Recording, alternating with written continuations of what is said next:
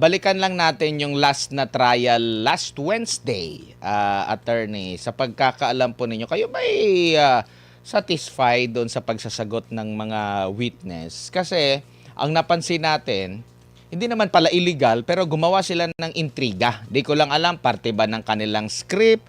Nagkataon lang ba na yung terminong unusual ay kanilang binigkas? Ayaw ba nilang direktang sabihin? Kasi parang ang tagal binusisi pa ng husto kung ito bang unusual illegal. Ang tagal nakasagot po, attorney. Ano bang masasabi niyo po?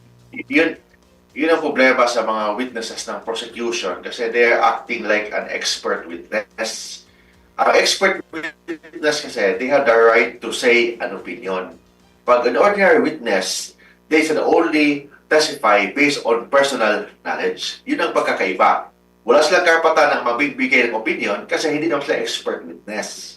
So, kailangan, kung ano mang sasabihin po nila doon sa impeachment court, based lang sa kanilang personal knowledge. Hindi na sila dapat magsabi ng mga additional words like unusual, hindi normal. Kung hindi, ano nakita nila? Nakita nila na may nag-withdraw, may normal na mga government transactions.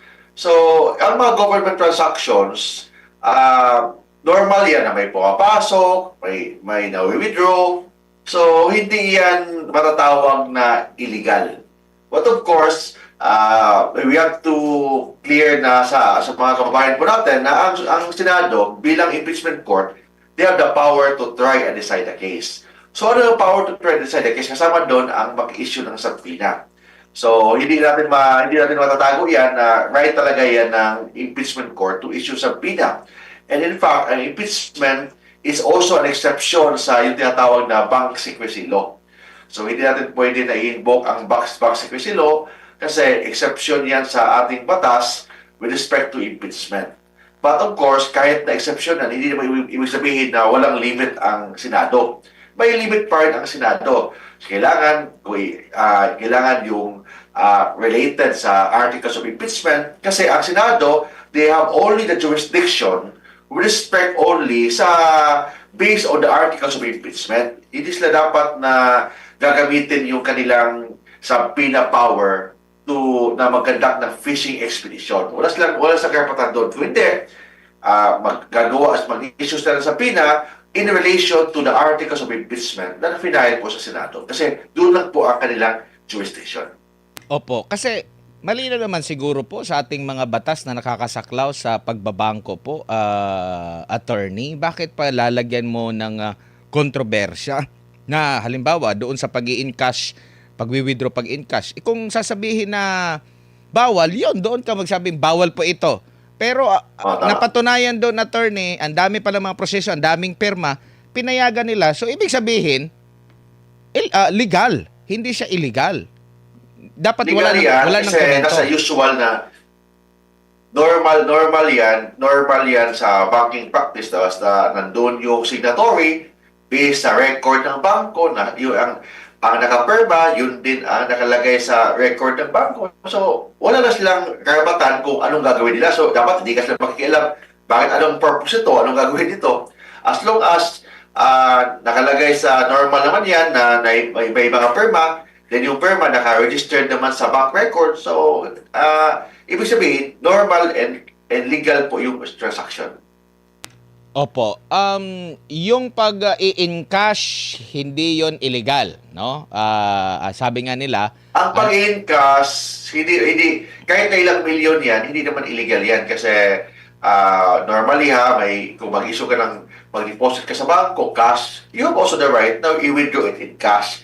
Kung walang cash ang bangko, you can request the bank na pwede ba cash ang i-withdrawin. So, hindi yan matatawag na illegal. Wala namang, I do a research sa banking system, wala naman nakalagay doon sa batas na bawal mag-withdraw ng cash. Normal mag-withdraw ng cash, hindi yan, for example, sweldo ng mga tao. Usually before, sa mga probinsya, pag sweldo ng mga tao sa isang company, mag-withdraw talaga ang company during 15 and 30 of the month na mag-withdraw sila in cash para i-sweldo sa mga tao. And that is not unusual and that is not illegal.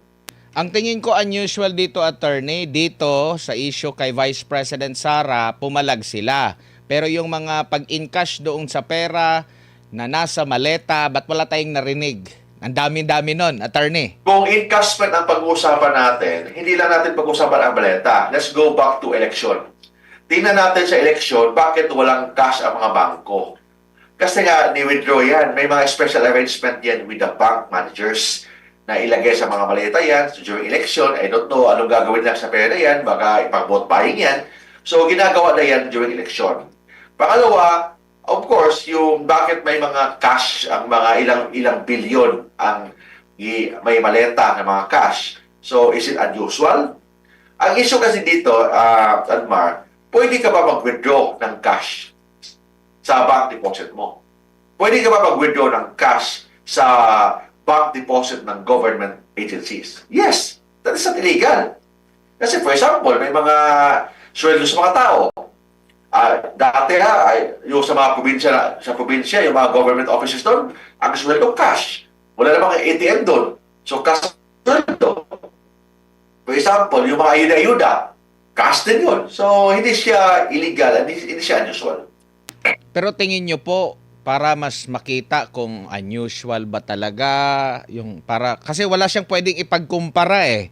Kasi iisa lang yung government agency pala na nandoon po, attorney, at hindi rin masabi kung itong pera na ito ay confidential.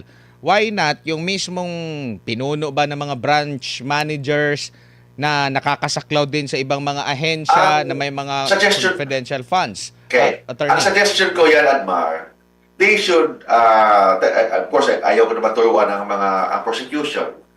But kung ako yung susunod, dapat ang prosecution magtawag ng isang expert witness in banking. Kasi yung isang bank manager or anong tawag doon sa land bank, he or she will only testify based sa kanyang personal knowledge. Kailangan muna mag-present sila ng expert witness at ipa-qualify sa impeachment court bakit siya isang expert witness. So normally, mas maganda kukuha sila ng isang expert sa mga banking system, bangko na mga private na mga laki. Then mag-testify kung usual ba na mag-withdraw ng 100 million, 50 million, or even 1 million. Kung mag-withdraw ang isang kliyente nila ng 1 million, ano ba ang proseso? So, mas maganda, kukuha sila ng isang expert witness to testify based sa kanyang expertise in banking. Kasi, hindi sila pwedeng kumuha dyan sa land bank or sa ano bangko ba yun. Kasi, it will create, may conflict of interest kasi bank officer siya, same time siya yung sa bangko sa land bank na where the funds ng OBP or anong DepEd, kung na may DepEd ba, doon naka-deposit. So, mas maganda, kumuha sila ng isang expert witness who will testify based on kanyang expertise in banking system. Opo. Meron ba kayong nakikitang maaring problema dito sa hinaharap, lalo na sa usapin ng pagbabangko po sa industriya, sa mga magbabangko na mawawalan sila ng tiwala? Ito ang problema. Ang banking system, bakit may tinatawag na secrecy of bank deposit? Bakit secret yan, Admar? Secret yan to encourage yung mga officers natin o yung mga depositors natin na magdeposito sa bangko. Bakit kailangan magdeposito sa bangko? Para may kasang bangko na pwedeng utangin, pwedeng mag-loan, and that it means the economy will work. Yun talaga ang normal dyan. That's why secret ang deposit. Otherwise, kung hindi secret yan, wala na magdedeposito sa bangko.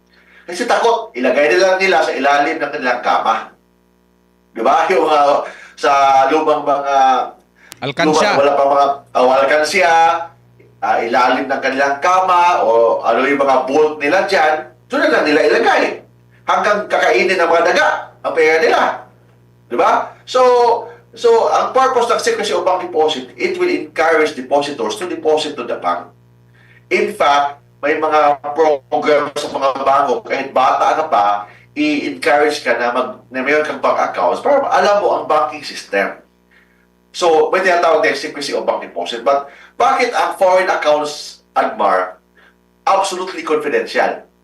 I-compare mo sa peso account na confidential din, secret din, but daming mga exceptions. But with respect sa dollar absolutely confidential except isang exception lang pag ang depositor pumapayag na withdrawin ang pera. Bakit ganon? Ang purpose dyan, to encourage na ang mga Pilipino na or mga foreigner na mag-invest sa Pilipinas, dito mag-deposit sa Pilipinas. Ang mga foreign accounts, mga dollar, mga yuan, mga yen, o ano pang mga currency dyan, i-deposit sa Pilipinas and it will help our economy. Yun ang purpose dyan. So, in this case, na nandyan yung impeachment natin, parang indirectly, it will discourage sa mga depositors na magdeposito sa bangko. Ibig sabihin, hindi pala safe ang bangko ng Pilipinas kasi pwede palang tingnan, pwede palang gamitin sa politika. So yun talaga ang maging epekto of this impeachment trial. Pero attorney, given the logic, tapos itong mga mahigpit, maraming mga batas na nakakasaklaw dito sa pagbabangko natin, malimit ba para sa mga tiwali o korap na mga opisyal na gagamit ng bangko at malalaman doon na meron siyang mga tiwaling transaksyon? So, malalaman dyan, actually, yung tinatawag na tiwaling transaction, yun yan. Kasi dapat isama yan sa SALN. Yung mga any bank, any government officials, mataas ka man or mababa ka man sa pwesto sa government, kailangan ka mag-declare ng SALN mo. Statement of your assets and liabilities. And banking or bank accounts, part yan ng your asset and that should be declared in the SALN. Pero, kung ikaw ay tiwali, magbabangko ka ba? Mataas ba ang probability na magbabangko ang mga tiwali? Kasi matitrace yan lahat-lahat ng mga ipapasok mo sa bangko. Kung mga tiwali ka, bakit, ito lang sabihin natin, Adbar, bakit may mga maleta? Bakit hindi nalang gawin cheque? I-deposit sa bangko, o ibigay ni congressman cheque, ibigay ni contractor cheque. Bakit cash? Para walang paper trail. Ganun yan. So, kung ako isang corrupt na opisyal, ipasok ko ba sa bangko ang hundred of billions ko? Hindi. Kung ipasok ko sa bangko, ibig sabihin, makita yan. Pag makita yan, damay ako. So, ibig sabihin, ebidensya yan of my ebidensya yan na isa akong kurakot na opisyal. Ganun lang yan. So, pag kurakot ka na opisyal, normally, hindi talaga nila ilagay yan sa bangko. Baka nilagay nila sa vault, sa isang kwarto ng isang condominium, or baka ilagay nila sa foreign accounts, dollar account kasi absolutely confidential, or sa ibang bansa, overseas, nila i-deposit yan. So, yun talaga ang gagawin. Kasi kung takot ka, kung corrupt ka na opisyal, hindi mo talaga ilagay dyan sa bangko. Otherwise, makikita yan na corrupt ka na opisyal. So, that is the moral lesson. So, ang tanong dyan, for example, si Vice President Inday Sara, isang tiwali, example lang, i-deposit ba niya sa bangko? Hindi. Let's see about the principle ni sino yung drug lord na si Colombian drug lord na si Colombian drug lord. Bakit kinain ng daga ang kaniyang mga pera? Si Pablo Escobar. Bakit kinain ng daga? Kasi hindi yan i-deposito sa bangko. Kasi pag i-deposito sa bangko yan, may paper trail. Pag may paper trail, hindi niya kayang i-explain o ipaliwanag paano siya nagkapera ng ganyan. Same also sa mga government officials. Hindi talaga nila ilagay sa bangko yan lahat. Pagkapadahan-dahan, para may mga frauds na mga negosyo, para to explain, kaya nila ipaliwanag gaano kalaki ang kanilang pera. Kasi ang Pilipinas, yes, we have secrecy of bank deposit, but may mga exceptions. One of the exception, yung tinatawag na impeachment trial. Opo. So matotal, yung witness na kanilang inilatag, walang silbi. Kasi wala din namang pagko-question nga. Meron lang paglilinaw, yung sinasabing yung dumaan sa exit, yun pala, bahagi na pala yun ng OVP na OVP na compound or daanan na pala, pero alam mo na yung pag-iintriga. So in short po, yung paglalatag ng witness, sa tingin nyo po, walang bigat doon sa kanilang mga akusasyon. yung mga sinasabi, yung tinatawag na banking trail, yung banking trail yun kasi paano deposit, paano withdraw, doon sa far exit, it is not a proof of misuse. Hindi proof of misuse yan. Bakit hindi proof of misuse? Normal process yan eh. So, is it a proof na may betrayal of public trust? Is it a proof na may culpable violation of the Philippine Constitution? Hindi. Normal process of banking system. So, hindi yan enough proof of guilt ng isang respondent in an impeachment trial. Opo. Dito po sa usapin po ng confidential funds sa pagkakaalam po ninyo, attorney, usual ba itong cash ang gamit? Yes, For the usual yan. Usual. purpose? Usual bakit cash ang gamit? Kasi ayaw ng mga confidential eh. So, dapat walang paper trail. That is the essence of confidential fund. Dapat walang paper trail kasi pag may paper trail, malaman. So, hindi na confidential yan. So, normally, hindi yan, walang check na pipirmahan, walang mga vouchers na pipirmahan pag confidential fund. Cash talaga ibibigay dyan. Cash ang ibibigay para walang paper trail. And it will ma-maintain po nila ang confidentiality of that fund. Opo. So, nabanggit niya na unusual kasi nga during that time, yun lang ang merong budget for confidential fund ng OVP at DepEd. Though, hindi nila alam kung ano yung pera na yun, pero maaring yun ang rason. Pwede ba si branch manager magtanong din sa ibang mga branch manager, same na bangko? Like halimbawa, branch manager na nakakasaklaw doon sa bangko ng Office of the President. May malaki yan silang confidential fund. Oy, ano ba ito? Nagwi-withdraw ba din ba sila ng malaking pera or nag-i-encash ba sila ng malaking pera? Pwede ba yon sa isang branch manager sa Ang pagkakaalam? branch manager sa mga government banks, ang gagawin nila, basta kompleto lahat ng mga dokumento, i-release nila ang funds. Hindi na sila nakikialam kung paano gagamitin yan, saan gagamitin, because there is such thing as presumption of regularity sa lahat po ng mga public official. Kasama doon ang Office of the Vice President, kasama doon ang Presidente. So, as long as kompleto ang mga vouchers, kompleto ang mga perma, then for the withdrawal, i-release lang funds. Kasi hindi sila makikialam kung paano gagamitin yan, kung saan ibibigay yan. So, ibig sabihin, wala silang personal knowledge sa funds na yan. As long as kompleto ang lahat ng mga vouchers and mga documentations, i-release lang funds. Opo.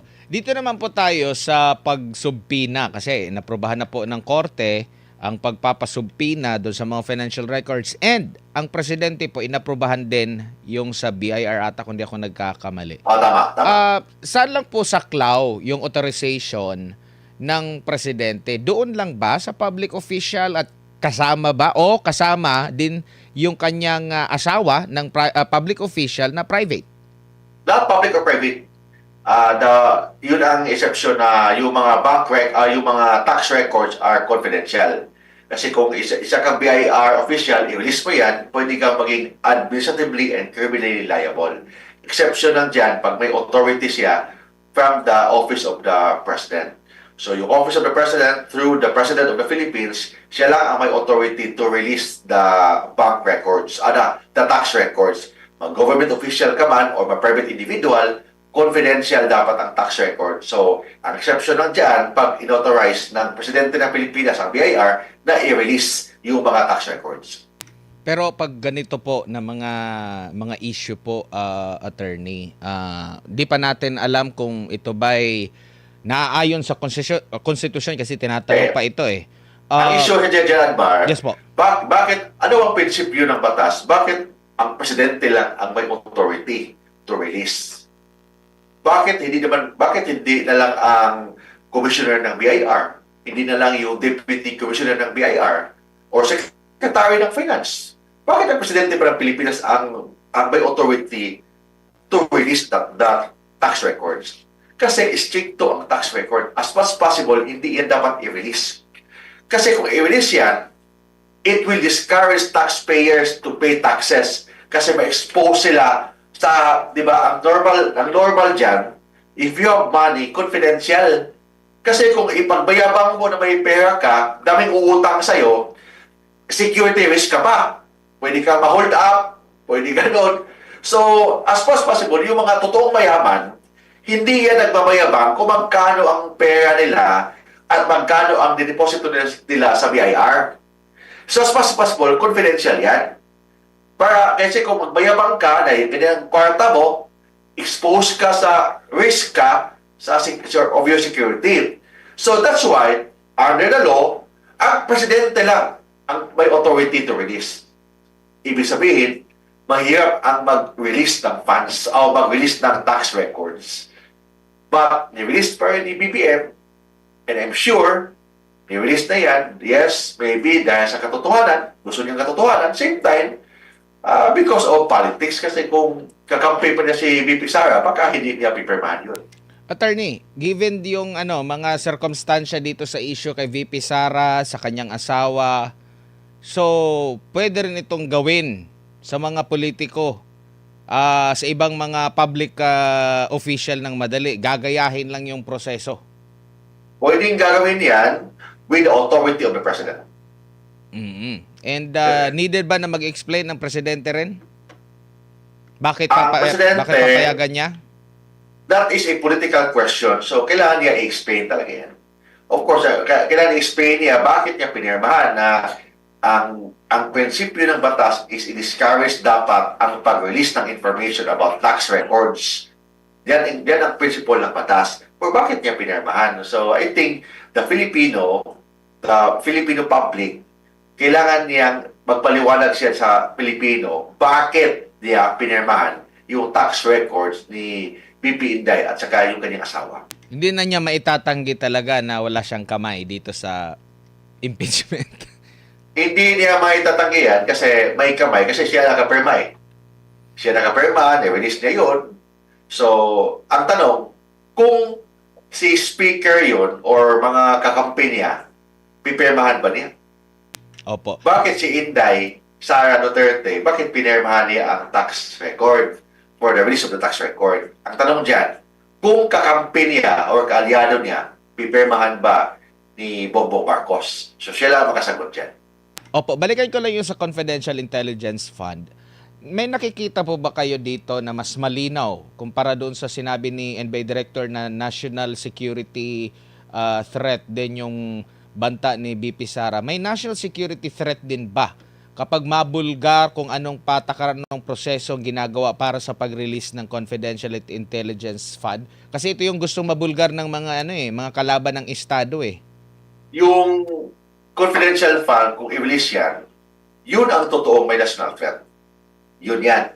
Bakit may national threat? Kasi baka ginamit yung funds na yun para to discourage or to fight sa yung mga rebelde, mga CPP, NPA. So possible yan. So hindi dapat i-bulgar yan because it will affect the national security.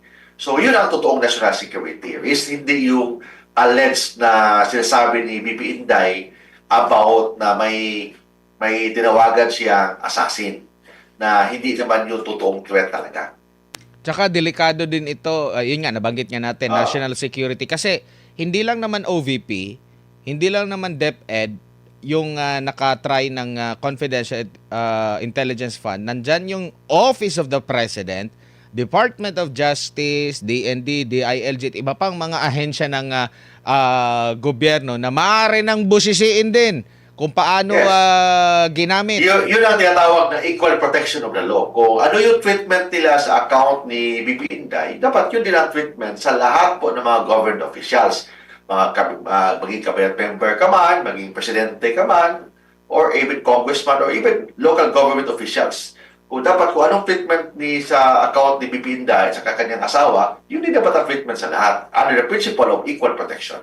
Opo. Huli na lang topic po, attorney, kasi dito po sa pagsasampa ng kaso, no, na banggit ang dating speaker na sa SONA ng Pangulong Marcos Jr. na sasampahan o masasampahan ng patong-patong daw na kaso. At kabilang daw po doon sa reklamo yung mga testimonya ng ilan sa mga tinaguriang Brave 18, dating mga sundalo, karamihan dating mga Marines. Now ngayon po, dito po yun sa Ombudsman. Sa panig po ng ating DOJ, sinampahan po sila ng cyber libel. In fact, meron na nga sila sa ilang mga RTC na warrant of arrest, no? Nakapag-bail na yung ilan sa kanila, si Attorney Levy Baligod. Now ngayon, merong pahayag dito si ano naman, si dating speaker. Pero bago muna yan, ikaw ba nagtataka dito sa ano na to, dalawang piskal na ito, attorney? Ang dapat ang mga Pilipino magbatsyag sa nangyari. Bakit papayagan ng presidente na idemanda si Speaker Martin, but same time, pinayagan din ng DOJ na under the control ng presidente na idemanda yung mga witnesses against the Speaker? Baka may drama lang lahat ito. We do not know. Pero tingnan po natin kung totoo ba talaga na idemanda si Speaker, totoo ba talaga na may makulong, hindi lang mademanda, kung hindi, seryoso ang pag-file ng kaso ng Ombudsman against the Speaker. So, kasi ngayon, daming nagdududa. Daming natutuwa sa sinasabi ng Presidente na idemanda daw nila si Speaker, but mas marami ang nagduda kung totoo ba yan or drama lang. Baka sinasabi lang niya yan para at least mabawasan ang galit ng taong bayan sa kanya, we will know. Basta ngayon, kailangan magbatsyag ang mga Pilipino kung totoo yung sinasabi ng ating Presidente kasi marami ang nagdududa kasi bakit idemanda ng DOJ ang 18 Marines ng libel na yun ang basihan for the filing of plunder case against the Speaker. Kasi baka yung mga demanda ng 18 Marines, yun ang gagamitin para pahinain ang kaso ni Speaker Martin. Baka nilalaro lang tayo dito or ito ay isang boro-boro or drama lang. We will know sa susunod na kabanata. Hindi po ba magkakaroon or baka krisis ang kakaharapin dito po? Kasi dalawang piskal po ito na nagpatupad ng patakaran o batas tapos magkaiba po yung kanilang interpretasyon na dito. Merong statement dito si dating Speaker Romualdez. Sabi niya, quote and quote, "Pantay na hustisya lamang ang hinihingi ko. But the Ombudsman is using witnesses he himself and now the DOJ have already publicly discredited and who are now facing cyber libel and perjury charges. Ito ba ang patas na investigasyon? Mga testigong ibinasura na, kinasuhan pa ng cyber libel at perjury, gagamitin pa rin para lang ituro ako at ako lamang? Hindi ako uurong sa So baka ma-technical ito at mawala sa lahat." Yun ang sinasabi ko na idemanda si Speaker, but pahinain ang kaso. Paano pahinain? Yung mga witnesses against the Speaker, idemanda ng cyber libel, so ibig sabihin, there is a prima facie evidence na yung mga ebidensya against the Speaker ay hindi katotohanan. So yun yan. So ibig sabihin, baka boro-boro lang ito. Tingnan natin. Bakit boro-boro? Iba yung ang Ombudsman gusto idemanda si Speaker, but ang kabila, ang DOJ, ang mga witnesses ni Speaker, dinamanda naman ng cyber libel. Baka yung resolution ng DOJ, yun ang gagamitin para pahinain ang kaso laban ni Speaker Martin. Yun ang mga possibility na malalaman natin sa susunod. Kaya pala, kung pagbabasehan mo yung SONA ni PBBM, hindi talaga yung kaso, wala talaga yung pagnanais na makulong o ikulong. Walang ganun din. na statement. Walang din. So, tingnan natin kung baka seryosohin ba talaga niya or baka sinasabi lang niya ang dapat mapakinggan ng mga Pilipino para mabawasan yung tampo ng mga Pilipino sa kanya. Opo. Ito pa, huli na lang talaga, attorney. Yung mga senator judges natin, napuruhan na si Senator Marcoleta, si Senator Jinggoy Estrada, si Senator Bato is nagtatago. Now ngayon, bago niyan, after niyan, si Senator Judge Alan Peter Cayetano May banta sa kanya about kaso kaugnay sa SEA Games, kaugnay sa proyekto naman sa Taguig, yung kanyang kapatid, nireklamo naman ng ethics complaint. At ang pinakabago ngayon, na parang within circle sa, isama pala natin si Senador Padilla na obstruction din. Within circle po sa minority, si Senator Judge or Senadora Loren Legarda, and ang banggit ng ombudsman dito ay maghahain ng reklamo for preliminary investigation for plunder, graft and corruption, conflict of interest kasama yung kanyang anak na si Congressman Leandro Levisque. Ano masasabi niyo po dito? Ito ba'y nagkataon o itinaon? Halata na gusto nilang takutin ang mga senador para bumoto against the Vice President. Yun lang yan. Pero, problema nila, malinaw ang ating saligang batas. To convict the Vice President, kailangan nila ng 16 votes. So kahit ikulong pa nila lahat ng mga minority, ang maiwan na lang dyan, si Amy Marcos lang maiwan, hindi pa rin nila makukuha ang 16. Kailangan hindi ikulong, kung hindi palipatin sa kanila. Kasi kung ikulong yan, hindi hindi mabago ang sitwasyon. Kasi ang kailangan ng boto under the Constitution, 2/3 of all the members of the Senate, which is 16. So kahit na ikulong pa nila yan, so walang mangyayari. So baka tatakutin lang nila para bumaliktad ang mga senador.